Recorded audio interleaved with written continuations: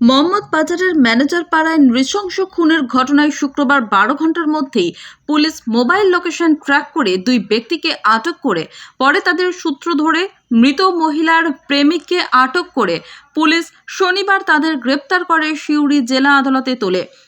পুলিশের পক্ষ থেকে ধৃতদের 14 দিনের পুলিশি হেফাজত চাওয়া হলেও আদালতের বিচারক সমস্ত দিক বিচার করে 9 দিনের পুলিশি হেফাজতের নির্দেশ দিয়েছেন। 23রা মার্চ ফের সিউড়ি আদালতে তোলা হবে ধৃতদের। ততদিন পর্যন্ত পুলিশ হেফাজতেই থাকবে ধৃতরা।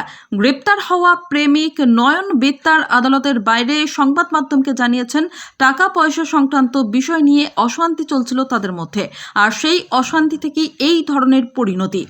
বীরভূম থেকে শুভদীপ গুইয়ের report, crime press Bengal news. বলছি আজকে কাদেরকে তোলা হয়েছিল, কোন কেসে বা কি? আজকে দুজন আসামিকে তোলা হয়েছিল। একজনের নাম হচ্ছে কি নয়ন বিত্তার, আরেকজনের নাম হচ্ছে কি সুনীল মিদ্ধা।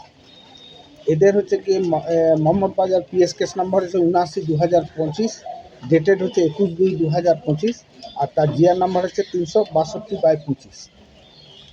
এই মোহাম্মদ বাজার থানাতে লক্ষ্মী মার্ডি, তার ছেলে অভিজিৎ মার্ডি এবং তার মেয়ে রূপালী মার্ডিকে ঘরের মধ্যে একটা অচৈতন্য অবস্থাতে পাওয়া যায়।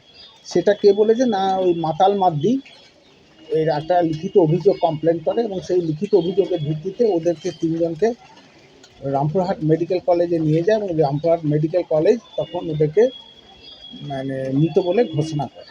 তখন মোহাম্মদ বাজার থানা পুলিশ এটা ইনভেস্টিগেশন করে এবং মোহাম্মদ বাজার থানা পুলিশ ইনভেস্টিগেশন করে এই দুজন আসামিকে নয়ন মিদ্ধা আর ওই সুনীল মিদ্ধাকে, নয়ন বিদ্যার আর সুনীল মিদ্ধাকে অ্যারেস্ট করে এবং অ্যারেস্ট করে আজকে তাদেরকে এখানে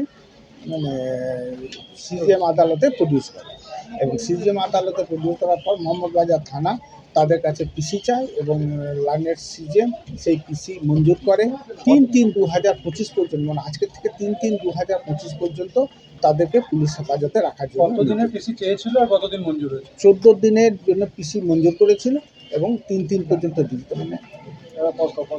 কদিন চেয়েছিল আর কদিন? 14 দিন পিসি চেয়েছিল আর 9 দিন তাকে অ্যালাউ করেছে। আপনার নাম?